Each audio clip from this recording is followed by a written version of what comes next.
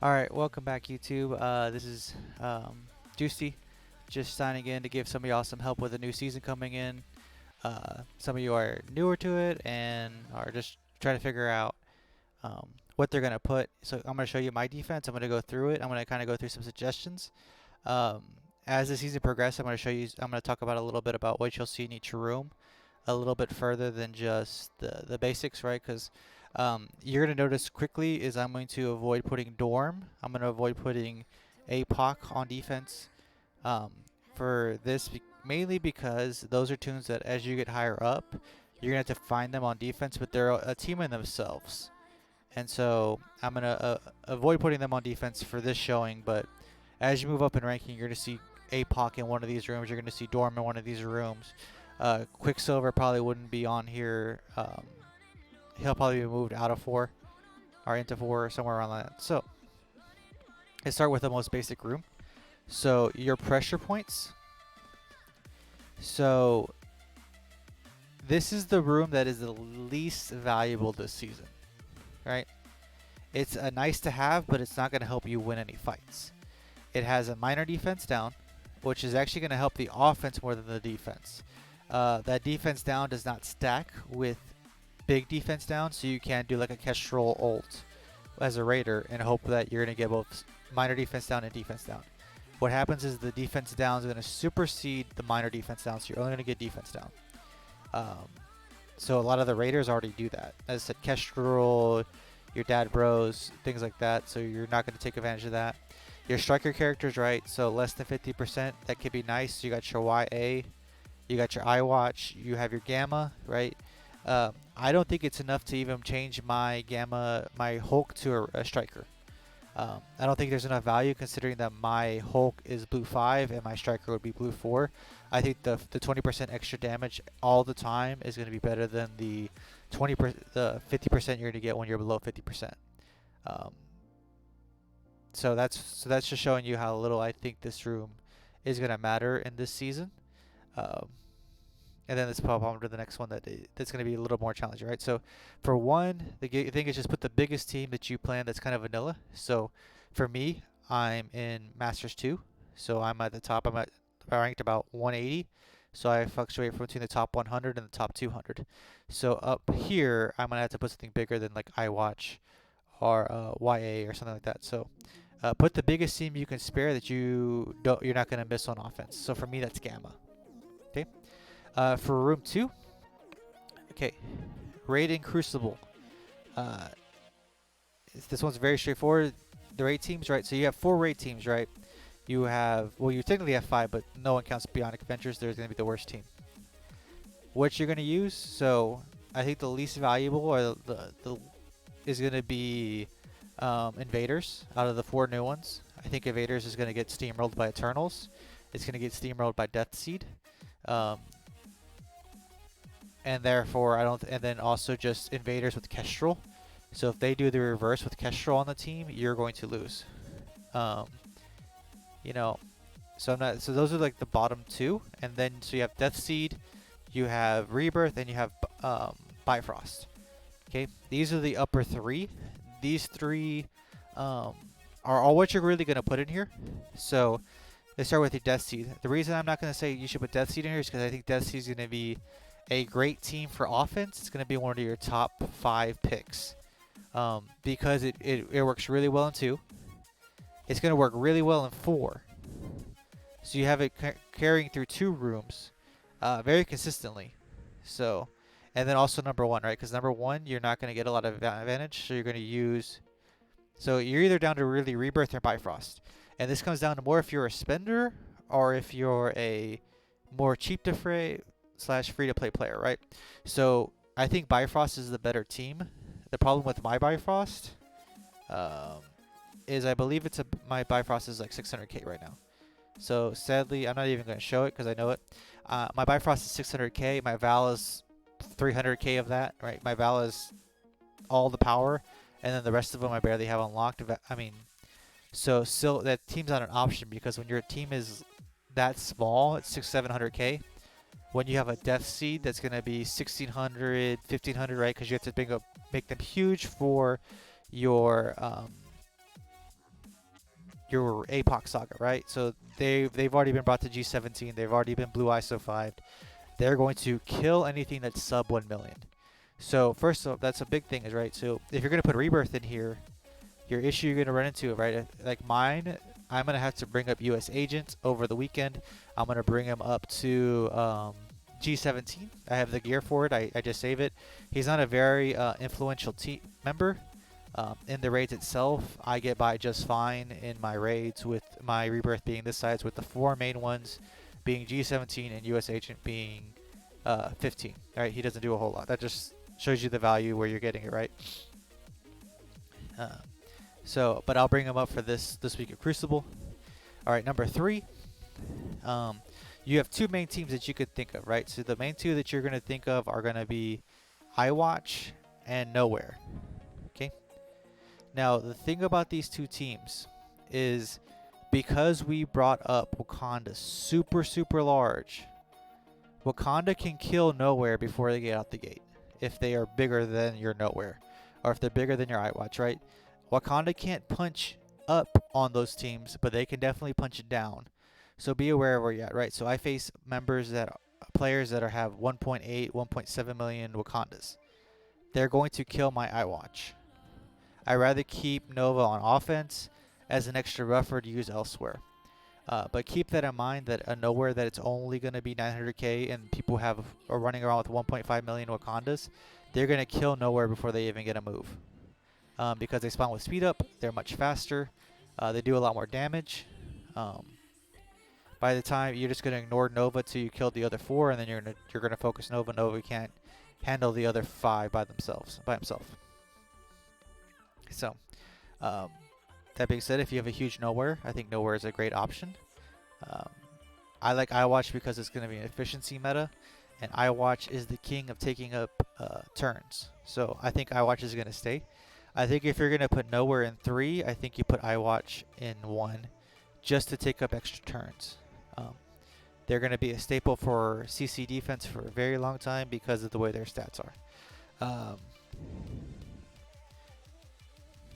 And so, just to clarify on there, so this is again a bunch of defense down for attackers, which isn't that bad. Some people are saying leaving Kestrel on either iWatch or Nowhere. Kestrel's just gonna die. I'm going to get into offense at the end, and we're going to kind of go over some of the main teams you're going to use. And the issue, again, with Wakanda is Kestrel will get just destroyed by a Bax Wakanda. So this is probably the last season of value, so if you don't have Wakanda built, would I build them? No. But if you have a Wakanda built from last season for Room 4 or Room 5, like Room 6 last season, if you have a very large Wakanda, you're going to get a lot of value in killing whatever is in 3. Primarily, if you can punch down or even across. So Room 4, okay, 2 things, right? So having Taunt gives you offense up, and then on turn, offense up, you gain assists, right? So the team that I thought of the most, that I think is going to end up being the meta, is going to be Rebirth with Quicksilver. Because on Rebirth, every time Captain America is hit, the whole team gets offense up. Therefore, they're going to get assists. Quicksilver is going to have 3 turns of offense up after he specials. So you're going to get 3 turns of assists from him. I think it's going to be a great team. It's going to have a lot of firepower behind it.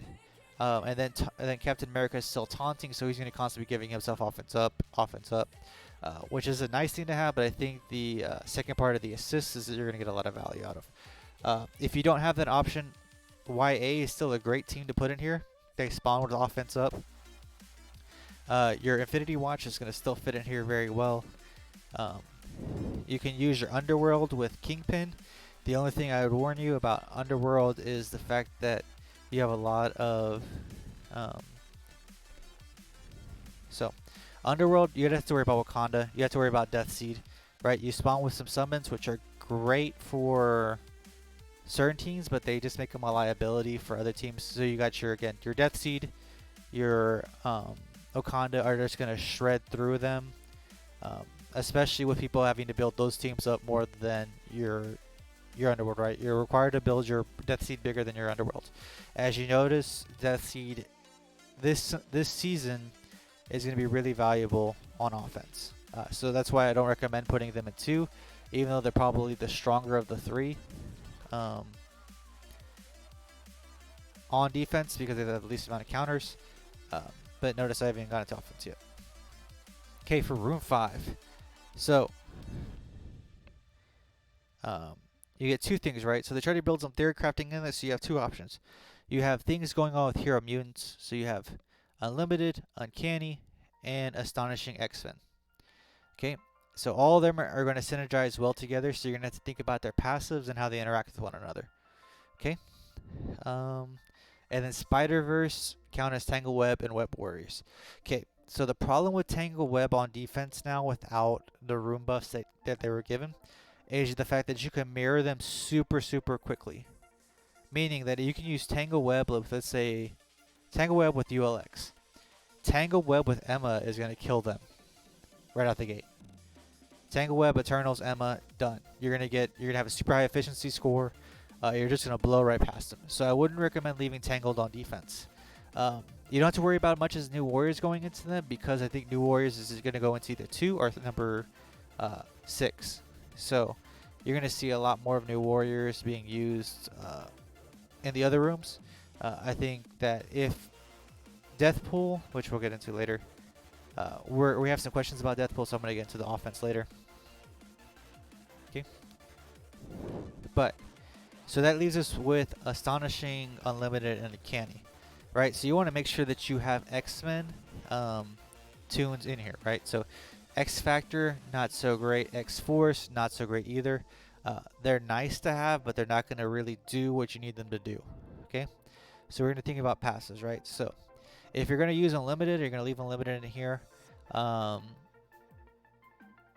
thing is that Jubilee really helps you stop the Walking Hate. So are the Dorm Sacks counter, right? So people are using Dorm Sacks into it. Jubilee and Beast are really going to mess that up. If you see a combo like this and you want to try to use Walking Hate, I don't think that's really going to work out for you. The Beast is going to cleanse a lot more. You're going to have a lot of speed. You're going to have assists, and then the moment that they start to die, your team, right? So the moment your Kestrel or your Shang, if any of them die, Jubilee's going to speed up the team, and then you're going to lose. Remember that Jubes also has an ult that rewinds you back. So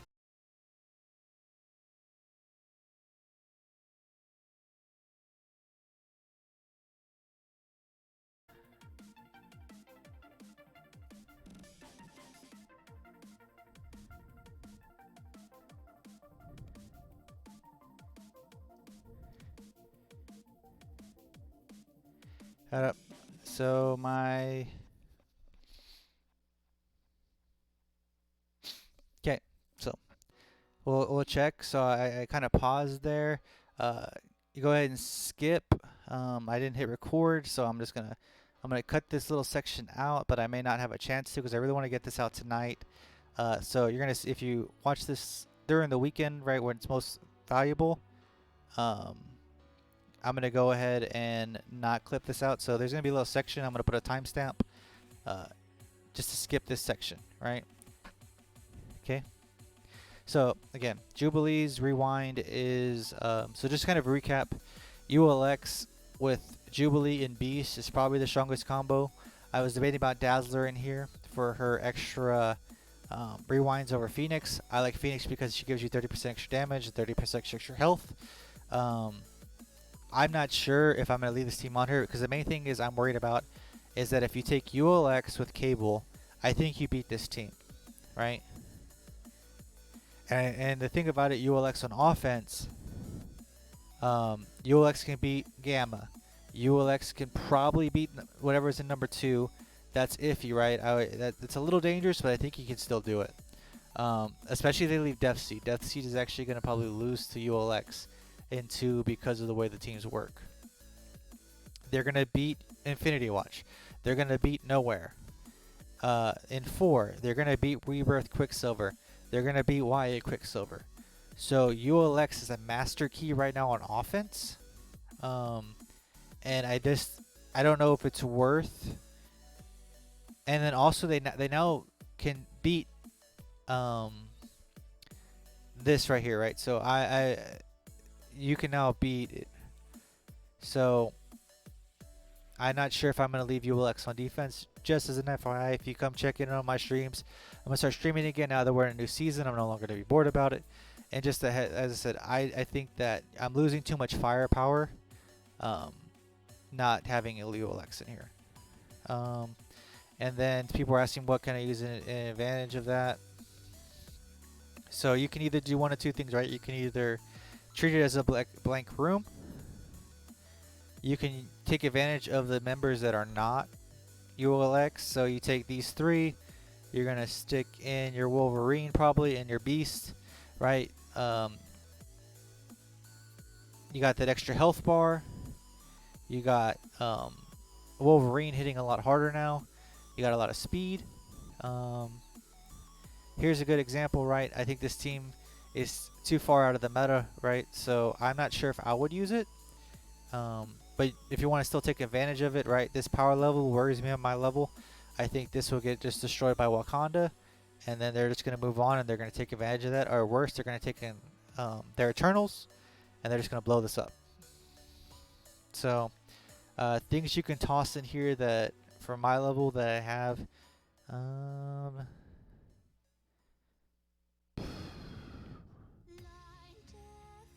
Can use like X Factor Zemo, something like that.